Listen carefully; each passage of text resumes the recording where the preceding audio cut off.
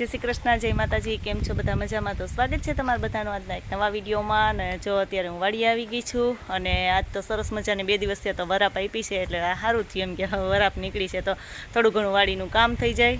તો જો અત્યારે વાડી આવી ગઈ છું ને એકદમ સરસ મજાનું વાતાવરણ છે, વાદળા જેવું તો છે। અને વાડીએ જો હાથી આંકવાનું છે તો પ્રિન્સભાઈના પપ્પા જો હાથી આંકે છે અને મારે ટ્રાય કરવી છે, શીખવું છે મારી કીધે હાલે કે નહીં એમ।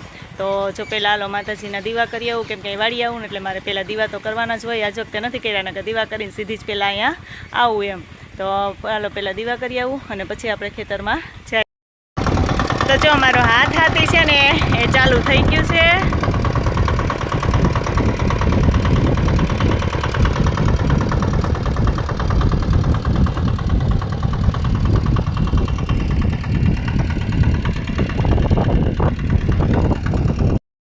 તો જો માંડવીમાં દવા છાંટી હતી ને તો થોડું ખડ તો બરી ગયું છે, પણ હવે જે સૈયા હોય ને સૈયા છે ને બરતા નથી। અને જો હાથી આકેલું છે હાઈકું ને એટલે જો પાટલામાં તો બધું ખડ હોય પડી જાય, પછી ખાલી આયરુંમાં જ લેવાનું રહીએ એમ। એટલે હાથી હાલી જાય ને પછી પાછું નેદી લેવું। કાલ થોડુંક તો અમારે નેદાઈ ગયું, બાકી ખડ તો બહુ જ છે અમને, ઝીણું ઝીણું ખડ। એટલે ઓમ ખડ નથી પણ મગ જ બહુ ઉપડી પડ્યા છે, એટલે મગ છે ને મગ તો કંઈ દવાથી બરે નહીં।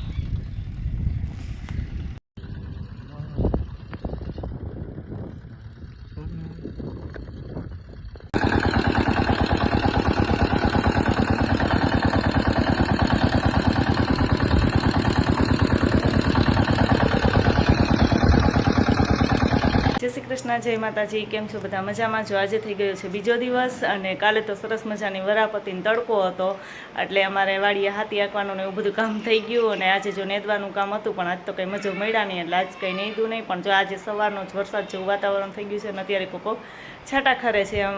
વરસાદે પાછો 2-3 દિવસ માંડ વચ્ચે એમ કે પોરો આપ્યો, ત્યાં તો પાછો વરસાદે ચાલુ થઈ ગયો એની રીતે અવિરત જ જો। અને અત્યારે ઘડિયાળમાં 5 થવા આવ્યા છે, તો હું ક્યારની જો મશીને બેઠી હતી તો મશીનેથી ઊભી થઈ અને હમણાં જો અમારા મીસુબેનને આજે છે ને તાવ આવ્યો હતો, એટલે આજે સ્કૂલે નહોતી ગઈ તો એ ક્યારની સૂઈ ગઈ છે। તો હું એને ઉઠાડું, એને કંઈક ખાવું હોય તો એને આપી દઉં અને પછી હું મારા રસોઈના કામે વર્ગું।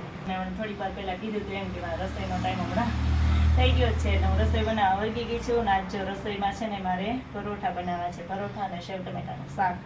તો પરોઠા જો મેં પહેલાં વણવાનું કામ ચાલુ કરી દીધું છે, હું થોડાક અડધા વણી લઉં ને પછી જ આપણે ગેસ ચાલુ કરીએ અને ચોળવીએ, કેમ કે બે હારવાર આ ત્રિકોણ હોય એટલે એમાં વાર લાગે, એટલે બે છે ને હારવાર કરીએ ને તો પહોંચાય નહીં એમ। એટલે ગેસ થોડીક વાર વધારે ભરે એમ કે, એટલે હું પછી ને પહેલાં અડધા વણી લઉં અને પછી છે ને આપણે ચોળવવા માંડીએ। જો અહીંયા એટલા પરોઠા વણી લીધા છે, પણ વણીને એને પસ્તીથી આમ ઢાંકી દીધા છે ને અત્યારે તો બહુ માખી થયું છે હમણાં। ચોમાસાની માખી તો આપણે ગમે એટલી ચોખ્ખાઈ રાખીએ ને તો માખી ચોમાસામાં તો આવે જ એમ।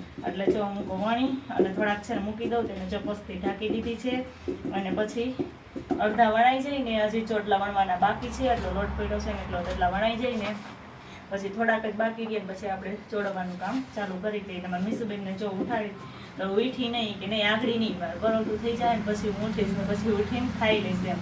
એટલે હું કહું 1-2 ચડી જાય ને પછી પાછી મીસુને બોલાવું, ચાલો થોડાક વણી લઈને પછી આપણે ચોળવાનું કામ છે ચાલુ કરી દઈએ। તો જો મારા બધા જ પરોઠા છે ને વણાઈ ગયા છે અને આમ ચોળવાનું કામ ચાલુ કરી દીધું છે। જો અહીંયા આપણે પરોઠા છે ને સરસ મજાના ચડવા માંડ્યા છે, બધા જો પરોઠા છે ને અહીંયા આપણે વણી અને તૈયાર કરી લીધા છે। પણ જો નીચે આપણે પસ્તી રાખી દીધી હતી કેમ કે માખીઓ બહુ હતી ને, એટલે તો સરસ મજાના જો આપણે બધા પરોઠા ચોળવી લઈએ અને પછી છે ને સેવ ટમેટાનું શાક બનાવવું છે, એટલે પરોઠા ચડી જાય ને પછી જ હું શાક બનાવી લઉં। અને બધા હાલો બધા ફટાફટ છે ને બધા પરોઠા ચોળવી લઉં। જો પરોઠા તો બનીને તૈયાર થઈ ગયા છે અને એમાં પેક કરી દીધા છે આપણે પરોઠાને। અને હવે જો સેવ ટમેટાનું શાક કરવું છે, તો પહેલાં જો અહીંયા મરચાં તરી લીધા અને હું તો સાથે અહીંયા જ વઘારી નાખવું, એટલે આપણે સરસ મજાનું સેવ ટમેટાનું શાક પણ વઘારી નાખીએ। અને હવે જો થોડીક વાર શાક કરી જાય ને તો આપણે મરચાંમાં છે ને મીઠું અને ધાણા જીરું એવું નાખી દઈએ અને પરોઠા જો પેક કરી દીધા ને એટલે ઠરે નહીં, કેમ કે આમ તો ગરમા ગરમ જ ભાવે, પણ અમારે તો જોકે ત્યારે 6:45 થવા આવ્યા છે, તો અત્યારે હમણાં શાક ચડી જાય અને તમારી મમ્મી વાડીએથી આવી જાય ને પછી ડૂબતીવા કરી લઈને તો સીધા જમવા બેસી જાય।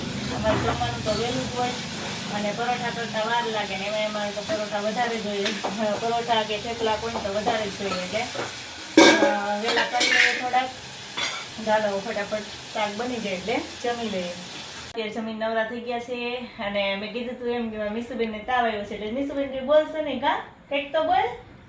હે તાવ આવ્યો એટલે કે મોઢું ન સિવાય જાય, જીભડી તો બહુ મારી જેમ મોટી છે. હે તો મીસુબેનને તાવ આવ્યો તો દાદા એ બિસ્કિટ મંગાવ્યા હતા ને તો દાદા જો આટલી બધી ચોકલેટ લઈ આવ્યા મીસુબેન માટે. કા આમ કેરમાં તારે નથી ખાવાની, હું ભાઈ ખાઈ જાઉં.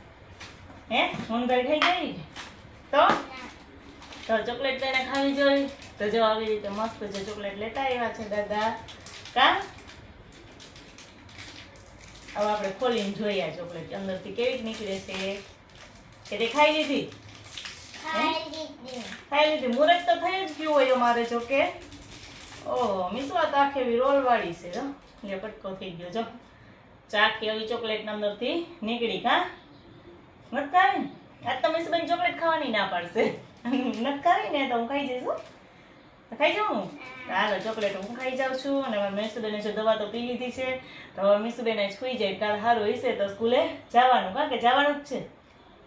જવું ને કાલ તો જવું હોય ને પછી રોજ રોજ રજા ન રખાય. રખાય બાકી રહી જાય મારા ફેરબુકમાં. હા જોઈ રજા રાખે ને ફેરબુકમાં બાકી રહી જાય એટલે તો ખબર પડે છે સારું છે. કા હા તો સારું હાલો મીસુબેન મારા સુઈ જાય ને સાથે વિડીયો પણ અહીં એન્ડ કરીએ છીએ. જો તમને મારો વિડીયો ગમે તો લાઈક કરજો, શેર કરજો અને જો ચેનલમાં નવા હોય તો સબસ્ક્રાઇબ કરવાનું ભૂલતા નહીં. આવજો.